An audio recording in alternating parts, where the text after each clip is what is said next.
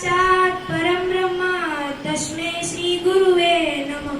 नमस्कार। આજના શુભ પ્રસંગે આપ સૌનું હાર્દિક સ્વાગત કરું છું। અજ્ઞાનીને જ્ઞાની કરનાર કે અજ્ઞાનીને જ્ઞાની કરનાર, અવગુણોને દૂર કરનાર, અંધકારને પ્રકાશિત કરનાર, અંધકારને પ્રકાશિત કરનાર ભગવાન રૂપી ગુરુને ગુરુ પૂર્ણિમાની ખૂબ ખૂબ શુભકામનાઓ। ગુરુ અને શિષ્યની પરંપરા એ આપણા રાષ્ટ્ર અને સંસ્કૃતિની વિશિષ્ટ વિશેષતા છે। ગુરુ એ છે જે આપણામાંથી અજ્ઞાનતા દૂર કરે છે। તેથી આપણા શિક્ષકો આપણા ગુરુ હોય છે। તેથી આપણા શિક્ષકોના ચરણોમાં કૃતજ્ઞતા અર્પણ કરવા ગુરુ પૂર્ણિમાના શુભ દિવસે તેમને ખરા મનથી યાદ કરવા જોઈએ। કે રોટલો કેમ ગળવો તે નહીં, કે રોટલો કેમ ગળવો તે નહીં, પરંતુ દરેક કોળીઓને વધુ મીઠો કેમ બનાવવો તેને કેળવણી આપવાનું કામ ગુરુનું છે। આજે આપણે ગુરુ શબ્દનો અર્થ સમજીએ।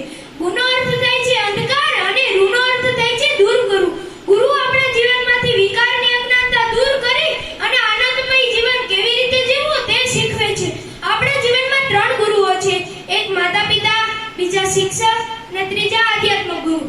જે જીવન આપે તે માતા પિતા, કે જે જીવન આપે તે માતા પિતા અને તેને કેવી રીતે જીવવું તે શીખવે તે ગુરુ।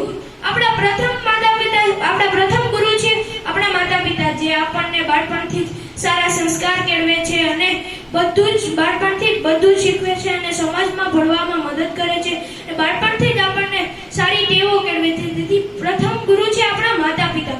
બીજા ગુરુ છે આપણા શિક્ષક, જે આપણને બાળપણથી સારા સંસ્કાર, જે આપણને બાળપણથી શ્રેષ્ઠ માનવી બનવા માટે શીખવે છે અને વિવિધ વિષયનું જ્ઞાન આપે છે અને આપણને જીવનનો વ્યાપક દ્રષ્ટિકોણ આપે છે કે આપણે આપણા રાષ્ટ્ર માટે જીવવું જોઈએ, નહીં કે આપણા માટે, અને આપણને વિવિધ ભારતીય ભાષાઓ શીખવે છે। આ રીતે તેઓ આપણી માતૃભાષાનું ગૌરવ જાગૃત કરે છે।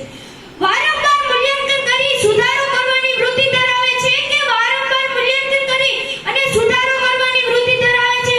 આ એ ગુરુ જ છે જે પોતાના શિષ્યને સફળ બનાવે છે। આપણા ત્રીજા ગુરુ છે આધ્યાત્મિક ગુરુ।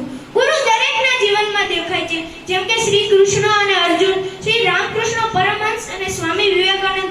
એ ગુરુ અને શિષ્યની સંબંધની પરંપરા છે અને આપણા રાષ્ટ્રની વિશેષતા પણ છે।